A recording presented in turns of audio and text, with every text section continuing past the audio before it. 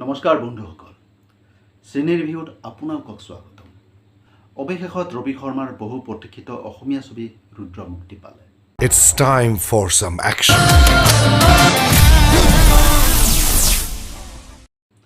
উত্তৰ পূৰ্বাঞ্চলৰ সশস্ত্ৰ সংঘৰ্ষ আৰু ৰাজনৈতিক পটভূমিত ৰচিত এই ছবিখনে অসমীয়া চিনেমাৰ উচ্চাসৰ পৰা শৈল্পিক উচ্চতালৈ এক যাত্ৰাত চিহ্নিত কৰিছে পৰিচালক ৰূপক গগৈৰ দৃঢ় মনোবল আৰু ৰবি শৰ্মাৰ কেৰিয়াৰৰ শ্ৰেষ্ঠ অভিনয়ে এই ছবিখনক এক উল্লেখযোগ্য মাত্ৰা প্ৰদান কৰিছে ছবিখনৰ মাইনাছ পইণ্টতকৈ অধিক বেছি আছে প্লাছ পইণ্ট আহকচোন পলম নকৰাকৈ ছবিখনক বিশ্লেষণ কৰোঁ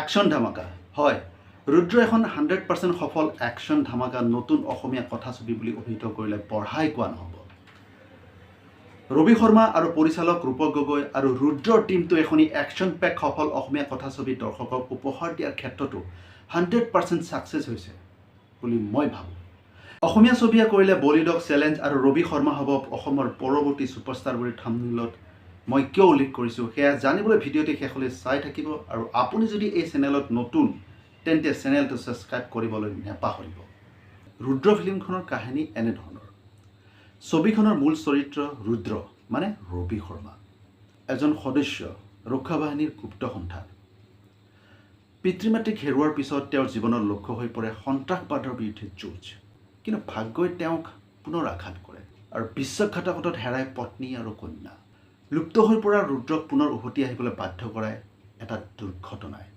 আৰু ইয়াৰ পিছতে আৰম্ভ হয় এক অভিযানৰ য'ত শত্ৰুৰ সৈতে মুখামুখি হয় নিজৰে পুৰণি গুৰু আদিল হুছেইন এই মুভিখনত ৰবি শৰ্মাই ইয়াত দাঙি ধৰিছে কেৰিয়াৰৰ শ্ৰেষ্ঠ অভিনয় শাৰীৰিকভাৱে কঠোৰ ষ্টাণ্টৰ পৰা আৰম্ভ কৰি আৱেগৰ দৃশ্যলৈকে সকলোতে তেওঁ নিষ্ঠাৰে কাম কৰিছে আৰু ছবিখনক এক উচ্চতালৈ লৈ যোৱাত সহায় হৈছে বিশেষকৈ দুটা ৰূপ কামাণ্ডো ৰুদ্ৰ আৰু পৰিয়ালক হেৰুৱাই এজন দুখী পুৰুষ এই পৰস্পৰ বিৰোধী চৰিত্ৰৰ মাজেৰে তেওঁ প্ৰমাণ কৰিছে তেওঁ নিঃসন্দেহে অসমৰ ছলমান খান সহশিল্পীসকলৰ ভিতৰত আদিল হুছেইনৰ শক্তিশালী উপস্থিতি আৰু অৰ্চিতা প্ৰকাশৰ একশ্যনৰ হিৰ'ইনৰ ভূমিকাই ছবিখনৰ গতিশীলতা বৃদ্ধি কৰিছে মই এই ছবিখনক প্ৰশংসা কৰিব লাগিব কিয়নো বিনোদনৰ মাজেৰেও ৰুদ্ৰৰ কাহিনীৰ মাজত সোমাই দিয়া হৈছে বাস্তৱতাৰ প্ৰতিফলন আৰু ইয়ে হৈছে ৰুদ্ৰৰ আটাইতকৈ শক্তিশালী দিশ ইয়াত সামাজিক দায়বদ্ধতা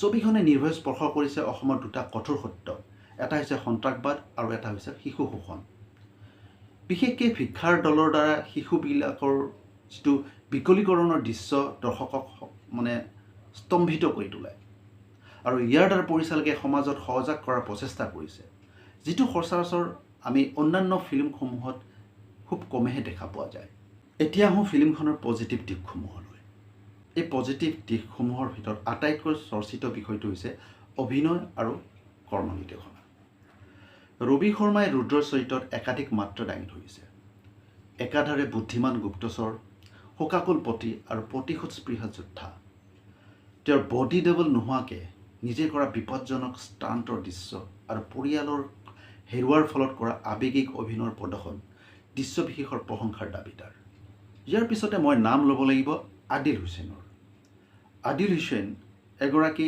ৰহস্যজনক ভিলেন নামটো হৈছে বনৰাজ আদিল হুছেইনৰ অভিনয়ে নায়ক আৰু খলনায়কৰ অন্য এক মাত্ৰা প্ৰদান কৰিছে লগতে অৰ্চিত প্ৰকাশৰ যুদ্ধ ক্ষমতাৰ অভিনয়ে তেওঁৰ চৰিত্ৰটোক জীৱন্ত ৰূপ দিয়াত সাৰ্থক হৈছে বুলি মই ভাবোঁ আৰু এইগৰাকী অভিনেত্ৰীৰ উপৰিও আন আন সহশিল্পীসকলৰ অভিনয় প্ৰশংসাৰ যোগ্য ইয়াৰ পিছতে স্বীকাৰ কৰিব লাগিব ৰুদ্ৰৰ অভিনৱ একশ্যন আৰু টেকনিকেল মহত্বক এছামিজ চিনেমাত প্ৰথমবাৰৰ বাবে ৰিয়েলিষ্টিক এক্সপ্ল'জন জ্বলি থকা অগ্নিকুণ্ডৰ মাজেৰে যোৱা দৃশ্য আৰু অসমৰ জলপ্ৰপাতৰ পৰা বাইক ষ্টাণ্ট এইবোৰ চিনে দৰ্শকক মোহাচন্ন কৰি ৰাখিবলৈ সক্ষম হৈছে একশ্যন কোৰিঅ'গ্ৰাফী আৰু চিনেমাটোগ্ৰাফী বিশেষকৈ গহীন অৰণ্য আৰু গাঁৱৰ দৃশ্যসমূহ বলিউডৰ ছবিৰ মানদণ্ডৰ সৈতে প্ৰতিযোগিতা কৰিব পৰা স্তৰৰ হৈছে কিয়নো চিনেমাখন চাই থাকোঁতে ফটোগ্ৰাফী আৰু দৃশ্যৰ উপস্থাপনে আপোনাক অকণো আমনি লগাৰ সুযোগ নিদিয়ে ইয়াৰ উপৰি চিনেমাখনৰ এডিটিং খুব সুন্দৰ হৈছে যাৰ বাবে আপুনি চিনেমাখন চাই থকা সময়ত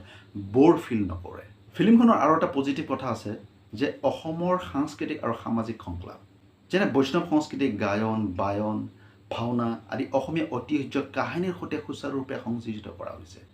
লগতে শিশু নিপীড়ন, দৰিদ্ৰতাত হতাশ হোৱা যুৱকৰ সশস্ত্ৰ বিদ্ৰোহ আদি গুৰুত্বপূৰ্ণ সামাজিক বিষয়সমূহতো খুব ধুনীয়াকৈ চিনেমাখনত উন্মোচিত কৰিছে। ৰুদ্ৰৰ আন এটা যোগাত্মক দিশ হৈছে চিনেমাখনৰ বেকগ্ৰাউণ্ড মিউজিক। একশ্যন, ক্লাইমেক্স আৰু আৱেগিক দৃশ্যত নিপুণভাৱে ব্যৱহাৰ কৰা হৈছে। বেকগ্ৰাউণ্ড স্ক'ৰে যি আপোনাক সেই দৃশ্যসমূহত চিনেমাখনৰ সৈতে একাত্ম কৰি তোলে। সংগীত হিচাপে চিনেমাখনত দুটা গীত দেখা গৈছে।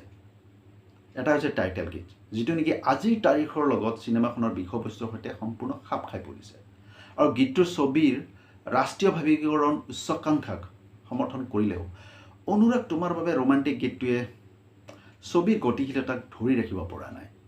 এতিয়া আহোঁ ৰুদ্ৰৰ কিছুমান মাইনাছ পইণ্টলৈ। ৰুদ্ৰ উপভোগ কৰাৰ পিছত চকুত পৰা দুৰ্বল দিশসমূহ হৈছে কাহিনীৰ অসামঞ্জস্য আৰু ভাষাৰ প্ৰয়োগ।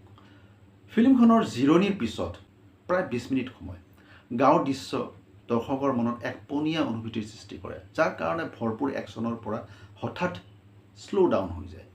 আনহাতে হিন্দী সংলাপৰ অধিক প্ৰয়োগ, বিশেষকৈ গুপ্তচৰ গোটৰ সদস্যৰ মাজত অসমীয়া দৰ্শকৰ বাবে অস্বস্তিকৰ মনোভাৱ সৃষ্টি কৰিব পাৰে। এইটো মই ভাবিছোঁ। এতিয়া আপোনালোকে কেনে ভাবে এইটো মই নাজানো ফিল্মখন চাই। ইয়াৰ উপৰিও টেকনিকেল সীমাবদ্ধতাও সামান্য পৰিমাণে দুৰ্বল দিশ বুলি ক'ব পৰা যায়। VFX আৰু ভিজুৱেল ইফেক্টত যেনে কৃত্ৰিম বিস্ফোৰণত কিছু অস্বাভাৱিক লক্ষ্য কৰা দেখা গ'ল। এই ৰুদ্ৰ ফিল্মখন আচলতে যুৱ প্ৰজন্মৰ বাবে একশ্যনৰ ধাৰাবাহিকতা আৰু ৰবি শৰ্মাৰ হিৰ'ইজিমে আকৰ্ষণৰ কেন্দ্ৰবিন্দু হ'ব। আনহাতে পৰিয়ালৰ বাবে শিশু নিপীড়নৰ বাবে গুৰুত্বপূৰ্ণ সামাজিক বাৰ্তাই দায়বদ্ধতাৰ শিক্ষা দিয়ে। আকৌ ঐতিহ্য প্ৰেমীসকলক যেনে অসমৰ সাংস্কৃতিক পৰম্পৰা আৰু ৰাজনৈতিক ইতিহাসৰ এক আভাস প্ৰদান কৰে। এতিয়া আহোঁ এই ফিল্মখনৰ কনক্লুজনলৈ, মানে শেষ মূল্যায়ন। এই ৰুদ্ৰ ফিল্মখন অসমীয়া চিনেমাৰ সৃষ্টিশীল সাহস আৰু ৰাষ্ট্ৰীয় স্তৰলৈ উন্নীত হোৱাৰ সপোনক প্ৰতিনিধিত্ব কৰিছে। এই ফিল্মখনৰ দৈৰ্ঘ্য হৈছে 2 ঘণ্টা 22 মিনিটৰ, আৰু এই ছবিখন এখন একাধিকবাৰ চাবলগীয়া অভিজ্ঞতা নহয় যদিও বৰঞ্চ অসমীয়া চিনেমাৰ ভৱিষ্যতৰ বাবে এক আশাৰ বাতৰি। শেষত এটা কথাই ক'ম, ৰবি শৰ্মা আৰু ৰূপক গগৈৰ এই যুটীয়া প্ৰচেষ্টাই অসমীয়া চলচ্চিত্ৰক এক নতুন দিশ দৰ্শন কৰিছে। সৰু সুৰা ত্ৰুটিসমূহ উপেক্ষা কৰিলে ৰুদ্ৰ হৈ উঠিছে এখন সাহসী, দ্ৰুতগতি আৰু দায়বদ্ধ ছবি। বন্ধুসকল, ভিডিঅ'ৰ আৰম্ভণিতে মই অসমীয়া ছবিয়ে কৰিলে বলিউডক চেলেঞ্জ আৰু ৰবি শৰ্মা হ'ব অসমৰ পৰৱৰ্তী ছুপাৰষ্টাৰ বুলি থাম্বনেইলত কিয় উল্লেখ কৰিছোঁ তাৰ উত্তৰ ভিডিঅ'ৰ শেষত জনাম বুলি কৈছিলোঁ। যদি সঁচাকৈ আপুনি এই প্ৰশ্নৰ উত্তৰ বিচাৰি ৰৈ আছে, তেন্তে এবাৰ ছবি ঘৰলৈ গৈ ৰুদ্ৰ উপভোগ কৰক, আৰু আপুনি জানিবলৈ বিচৰা সকলো উত্তৰ তাতেই পাই যাব। এয়া আছিল আজিৰ ৰিভিউ।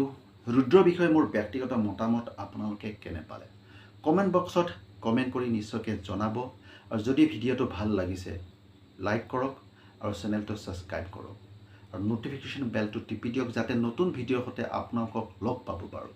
আৰু আপোনালোকৰ মৰম আৰু সমৰ্থনেই আমাৰ একমাত্ৰ অনুপ্ৰেৰণা। আশা ৰাখিছোঁ আপোনালোকৰ মৰম পাই থাকিলে আগলৈ এইদৰে অসমীয়া চলচ্চিত্ৰৰ বিষয়ে ভিডিঅ' নিৰ্মাণ কৰি থাকিম।